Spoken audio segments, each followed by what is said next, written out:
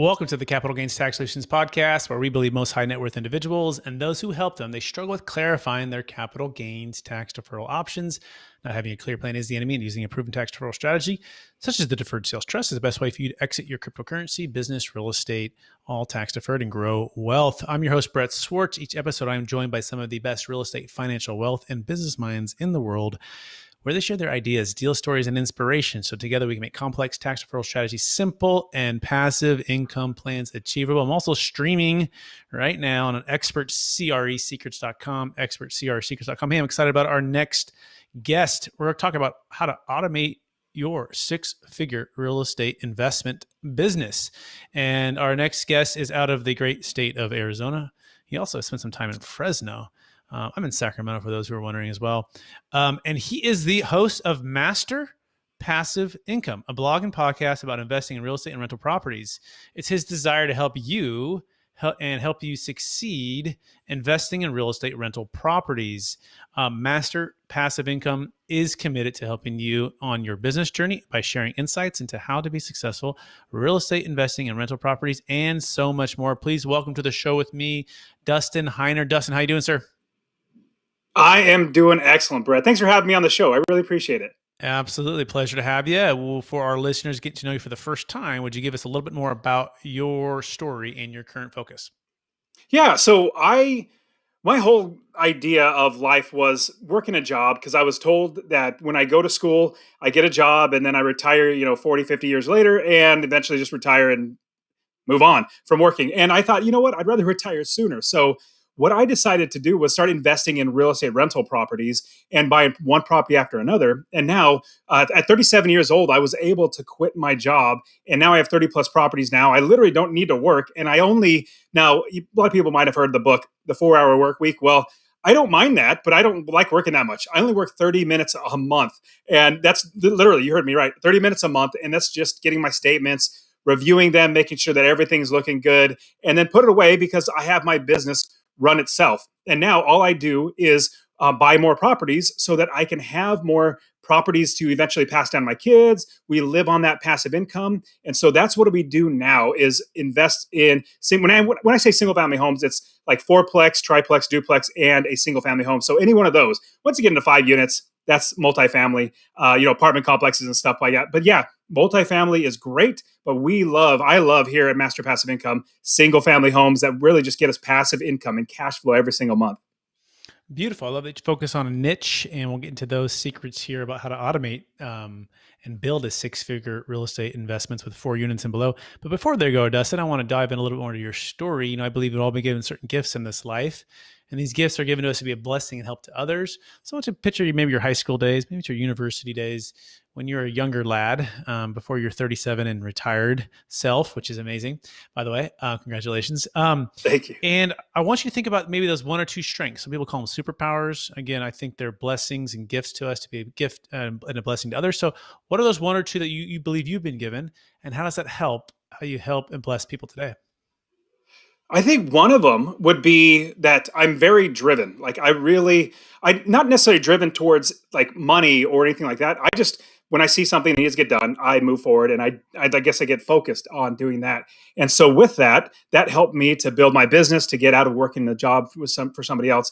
The other one that I really love to do is I really just love to serve other people. And I found the more people that I serve, the better my life gets. And I feel better. I make more money. Other people make more money. Other people's lives get better just because I serve more. And so what I try to do now is, combine both of those, where I say, you know what, I'm really driven to just do things, to be, active and really enjoying life. And with that, on top of that, adding in serving others, it's just been much, much better, as I've realized, instead of just working for somebody else, working a job and just making either my boss rich or working for some organization.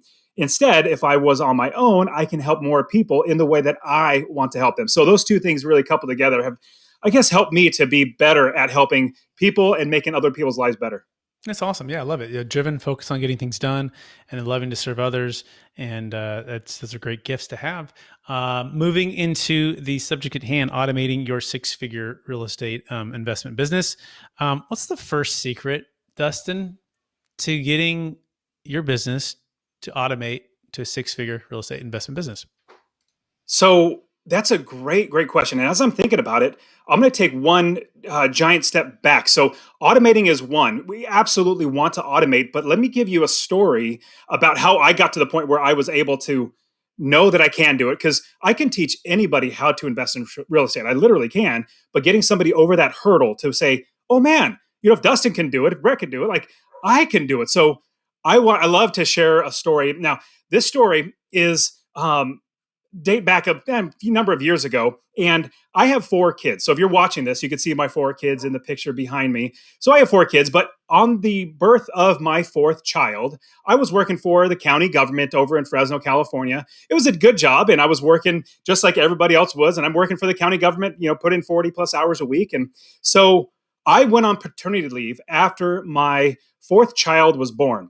So she was born, went on paternity leave. That's where the dad stays home, bonds with the baby, helps the mommy out, changing diapers and stuff. So I did all that. And then I come back to work. And I'm back to work for about a week. And I get a phone call at 3:30 in the afternoon on a Friday. So I answer the phone, and at my work, I get a call from my boss's secretary. So the top person in the department said, "Hey, Dustin, would you please come to the boss's office?" And I said, "Well, sure, I'll go ahead and do that." So I hang up the phone and I sit there and I pause for a second, because thinking, what in the world would they? This is no normal. Like, why are they calling me to the office? So as I'm sitting there, I'm realizing that, oh my goodness, there was something that before I got went on paternity leave, there was some rumors or some rumblings that there were potentially layoffs coming, like the department was running out of money. And so as I'm sitting there, I'm like, no, that's not me. I have so much seniority. My bosses love what I do. I get raises all the time. So I immediately dismiss that. So I get up out of my chair and I start walking down the hallway to my boss's office. Now, it's not that long of a hallway, but as I walk, it gets longer, or it feels like it gets longer and longer. And my feet start feeling like they're lead bricks, like walking down the hallway with lead bricks on my feet, because it starts to dawn on me, oh my goodness, like this could potentially be the time that I get laid off. And I just had my fourth child. We have four kids. How am I going to provide for my family? So as I'm walking down, it gets heavier and heavier, but I turn the corner to my boss's office. His door's closed, and I see the secretary, really nice, really sweet lady. And she says, "Dustin, would you please have a seat?" And sheepishly, she grins at me because she's trying to console me with her eyes, because she knows everything that's going on. I have zero clue of what's going on. So I turn and I sit down in the chair waiting for my boss's door to open. And from there, I'm sitting there and thinking, oh man, what have I done my entire life to this point, to where now I might be getting laid off? So my hands started to get all clammy. I started sweating, thinking, oh my goodness, am I a failure as a father? Am I a failure as a husband? Like all these years, 10, 15 years working at this county department, oh, is it all going to be taken away? Well, the door opens to my boss's office, and out walks a lady with a piece of paper in her hand. She's noticeably distraught. She's noticeably upset. Her world's been rocked. She's not necessarily crying, but you can tell there is something going on. And she leaves, and the boss ushers me into his office. Lo and behold, I actually get laid off. And remind you, this is the government. Nobody gets fired or laid off from the government, but I did. So it can happen to many people. And as I'm walking back to my office, I realize two things. Now, I'm getting laid off.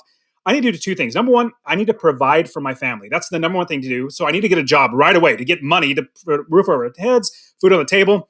And so I went to work on that. The second thing I realized as I'm sitting at my desk is I need to do whatever I needed to do to make sure this never happens to me again, or nobody has that amount of power over me. And so that point then and there, I realized, and this is what I want, rounding up everything that you asked, Brett, I think the first place to get, before you can automate, before you can even do anything, is to make the decision in your brain that you are more valuable than your job. Because what I used to do is I used to say, when somebody asked me the question, "Hey, Dustin, what do you do?" And that's basically like, what value do you put on yourself? And normally I would say, well, I work for the county government. I do IT work for the county government. And no longer did I ever say that. I made the decision right then and there. My value is in myself. It's in my God. It's in my family.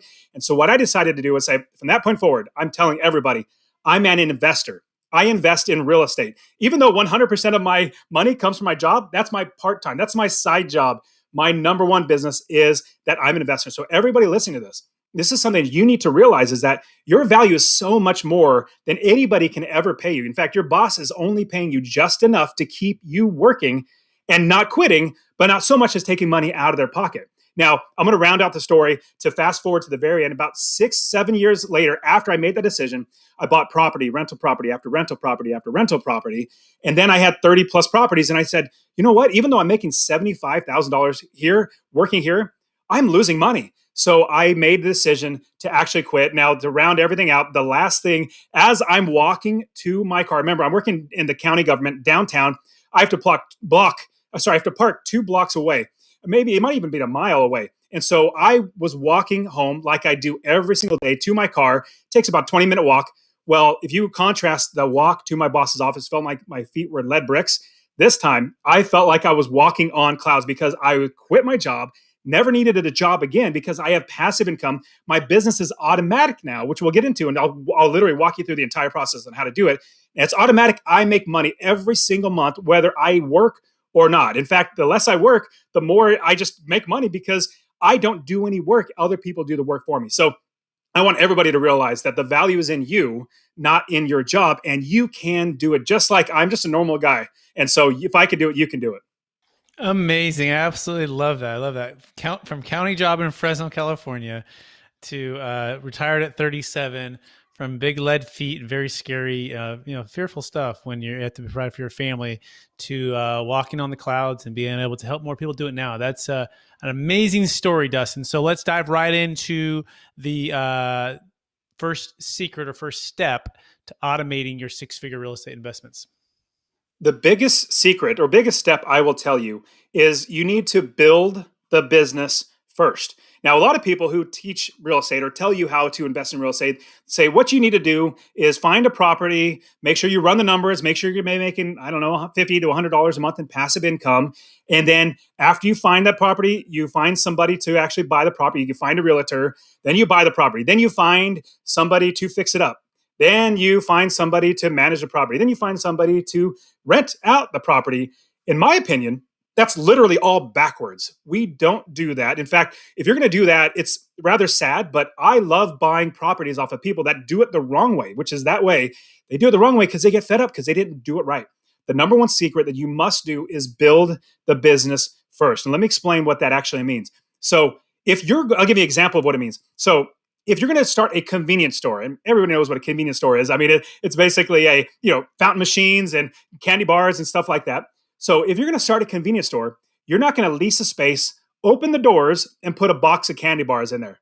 If you do that, you're going to lose money. You're going to lose your business. It's not going to go well. No, instead, what you're going to do is you're going to get everything inside the business, from the gondolas, which are the shelving units that the candy bars go on, the countertops, fountain machines, cold storage, bank accounts, cash registers, employees.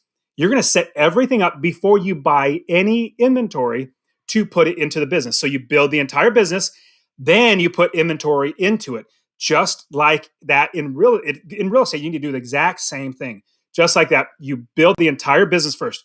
Then every piece of property you buy, that property is not your business. Your business has inventory, which is your property. So every single 30 plus properties I have now, I view those as inventory. Inventory goes up, inventory goes down, but I build the business first so that it runs on its own. I'll literally walk you through all that, how to do it. But you do that first. That's the secret, is you build the business first. So everybody that you hire is an expert in that city. Let's say, because I started investing when I was in Fresno, California, invested in Ohio, of all places. And this was in 2006, before the crash. So I started investing there, but I had experts. I hire experts in every single city that I invest in. All my students, we do that too. We hire the experts in the area so that they are the ones that make sure we run the business right, or they run the business right. So that's the number one key, Brett, or the number one secret, Brett, is to build the business first by finding property managers, by finding realtors, contractors, wholesalers, inspectors, plumbers, roofers, like anybody and everybody. You find all those for the business. Then once you have the entire business set up, that's when you look for inventory. That's when you buy inventory. That's when you put that inventory into your business. Amazing, Dustin. Sound fantastic. So that's number one, build the business first. Makes perfect sense. So what would be step number two? Step number two is as you're building the business, you want to make sure that you're making $250 a month in passive income. Now, walking through the entire process of building business, there's a lot to do that, but keep that locked down in your brain right now. The second thing that you need to do is making sure that you're going to be making money as a business. If a business isn't making money, it's not a business. And in fact, it's a failing business. It's going to go out of business very quickly. You want to make money. So the second secret that you need to do is make sure that you're making $250 or more every single month from every rental property that you make. And so $250 a month, well, that's $3,000 a year in passive income. Now, remember, this is passive income. This is all of your expenses. You add all your expenses up from your tenants, your mortgage, your property taxes, all that sort of stuff. You add all that up, and then you make sure you can rent it for more, $250 or more every single month. And this is what I share with all my students, and this is what I do. I make sure I can make $250 a month in passive income. And here's a funny thing, and really, really interesting is I personally don't pay my taxes. I don't pay my property management fees. I don't pay my insurance. I don't pay my mortgage. I don't pay any of that stuff. My tenants pay for every bit of that. And all that is accounted for before I buy the property. So I know going into it with a 99% chance of certainty that I'm going to be making $250 or more in passive income. So you add up all your expenses, you add $250 or more, whatever you can get for it, whatever the rents are, and that difference is your passive income. Now, some people might say, like I said in the beginning, some people might teach you, oh, just make sure you're getting $50 a month in passive income or $100 a month in passive income. Well, let's just be generous and say they say $100 a month in passive income. Well, that's only $1,200 a year in passive income. I know $1,200 goes a long way. It's really, really good. But imagine something happened you didn't account for, like the furnace goes out. That's another $3,000-$4,000 hit. There goes all your profit that's eaten up. Even if you have a reserve, that's all eaten up. So the reason why we shoot for $250 a month is because we have a buffer, not just the passive income, because that's how we put a roof over. I personally put a roof over my head with my kids. I feed my kids, and we do everything that we want because we have that $250 a month coming in. That's $3,000. Well, if you had 10 properties, that's $2,500 a month in passive income. And that's, again, passive income, you not doing anything. That is, instead of having $2,500 a month, that's $30,000 a year if you add all those months up. If you had 20 properties, that's $60,000 a year. And that, remember, that's the minimum of $250 a month in passive income. I have some properties that are making me $500 or $600 a month in passive income. So that's the second key. Number one, build the business first. Make sure you have experts who are on the ground doing the work for you. The next thing, when you're buying the property, don't settle for $100. People might say, oh, Dustin, right now the market is so crazy, which, yeah, it is. But we find properties where we even save money when we buy the property, not only get passive income every single month. Let me give you a really quick example of how we make money as real estate investors, buy and hold real estate investors. We make money in 6 different ways. Number one, we get the equity capture. Equity capture, we buy it for less than it's worth. We capture all that equity. Number two, we also get passive income, which you just talked about, $250 a month or more. Number three, you got appreciation, regular market appreciation, value goes up. You also have forced appreciation. We get in there as investors. We fix it up. We make it look better, make it be better, and it's worth more. Another one, I love this, is tax advantages. Obviously, we know a lot about tax advantages here on the show. On top of that, this is so awesome. Like I said, my tenants pay for the mortgage. That's interest and principal. They pay for all that. And so imagine if I buy a house for $100,000, and yes, you can buy houses still for $100,000, even less than that, but you only put, let's say, $10,000 down, $90,000 left. Your tenant pays the rest of that $90,000 and every bit of interest. So as you're building your business, making sure you're shooting for $250 a month in passive income, you can scale that up to where you can quit your job and be successfully unemployed, just like I am. Amazing, Dustin. Absolutely love it. So you want to build your business. You want to make sure you got some margin, folks. Make sure you're buying with at least $250 a month. That's after everything. That's taxes, insurances, and it's the mortgage payments, everything, right? $250, and then you want to well, step 3 actually. I don't know if we talked about step 3. We talked about. No, we haven't. Is there a next step? Do you just sell high, Dustin? What's the next step? So I'm going to say never, because I have sold properties. But once I own a property, it's very hard for me to sell it because I make so much money with literally doing nothing. And on top of that, I can literally pass down my properties to my children. Number one, I could teach them how to do this exactly like I teach all my students.